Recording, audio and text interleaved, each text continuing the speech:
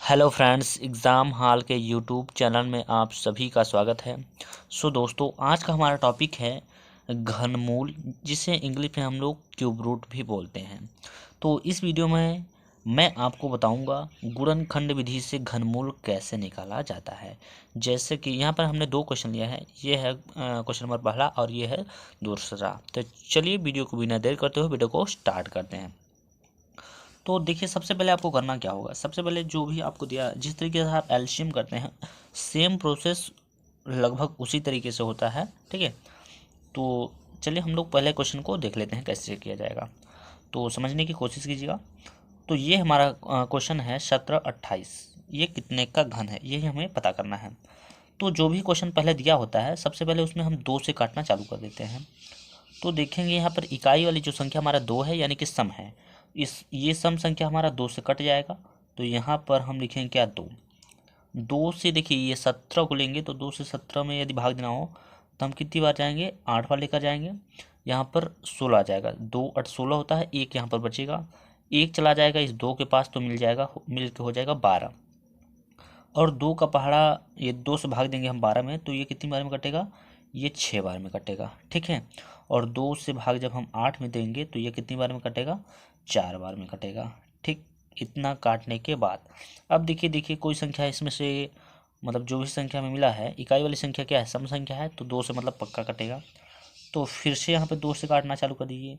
दो से ये कटेगा 4 बार में, ठीक, और ये दो से कटेगा 3 बार में, और ये दो से कटेगा 2 बार में। हो गया। दो से काटने के बाद देखिए इकाई संख्या पे अब भी यहाँ पर दो है, तो फिर से हम दो से काट लेते हैं।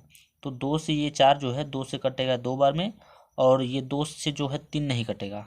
तो दो से हम लगभग एक बार भाग इसमें दिया जा सकता है। तो एक बार भाग देंगे तो इसमें एक बचेगा, शेष मतलब शेषफल के रूप में एक बचेगा, और ये मिल जाएगा दो के पास, तो हो जाएगा यहाँ पर 12। और दो से जब भाग देंगे 12 में तो 6 बार में कटेगा 12। ठीक है, अब जो संख्या नहीं मिली हमें, दो एक छः, उसमें देखिए किनारे वाला संख्या सम संख्या, फिर भी दो से कटेगा वो। तो फिर से हम दो से ये दो एक बार में कटेगा। ठीक, अब ये जो एक है इसमें भाग नहीं दिया जा सकता, तो हम क्या करेंगे, 0 बार इसमें भाग देंगे।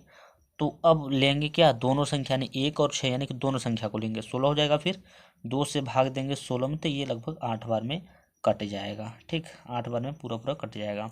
अब क्या करेंगे, अब देखिए फिर से दो से काटेंगे। दो से काटेंगे, दो पंचे 10, 5 बार में ये 10 पूरा कट जा रहा है। और दो से काटेंगे 4 बार में, तो ये 8 भी कट जाएगा। ठीक, 8 भी यहाँ पर कट गया। उसके बाद अब क्या करेंगे, अब फिर से दो से काटेंगे, तो दो से ये जो 5 में जब भाग दें दो से, तो दो से जाएगा, दो दूना 4 हो जाएगा, मतलब दो से भाग 2 बार में जाएंगे, तो यहाँ पर एक बचेगा रिमाइंडर के रूप में। और ये इस 4 के साथ मिलकर बना लेगा 14, और दो से भाग देंगे तो 2 सते 14 हो जाएगा। ठीक है, उसके बाद अब क्या करेंगे, अब देखिए 27 जो है दो से नहीं कटेगा, तो इसे हम काटेंगे 3 से। तो 3 नवा होता है कितना, 27, यानी 3 से 9 बार में कटेगा। ठीक, उसके बाद फिर से ये 3 से काटेंगे, तो 3 से ये 3 बार में कटेगा।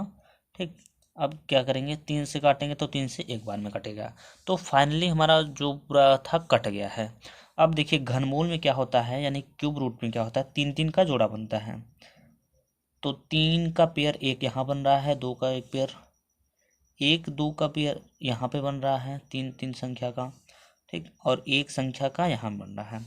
तो दो यहाँ पे जब 3 बार दो मिलेगा ना, तो एक बार दो हम जो है यहाँ पर बाहर के रूप में निकाल लेंगे, यहाँ इस तरीके से। इनटू एक बार दो यहाँ पर मिल रहा है, तीन तीन 3 बार जहाँ दो मिलेगा ना, तो एक बार हम बाहर निकाल लेंगे, 2 बार हो गया। एक बार यहाँ पर तीन भी, तीन जो है 3 बार मिल रहा है, मतलब एक पेयर यहाँ पे बन रहा है, तो लिख ले। अब सबका मल्टीप्लाई करा देंगे, तो 2 का 2 में होगा 4 हो जाएगा, 4 का 3 में होगा तो 4 तिहाई 12 हो जाएगा।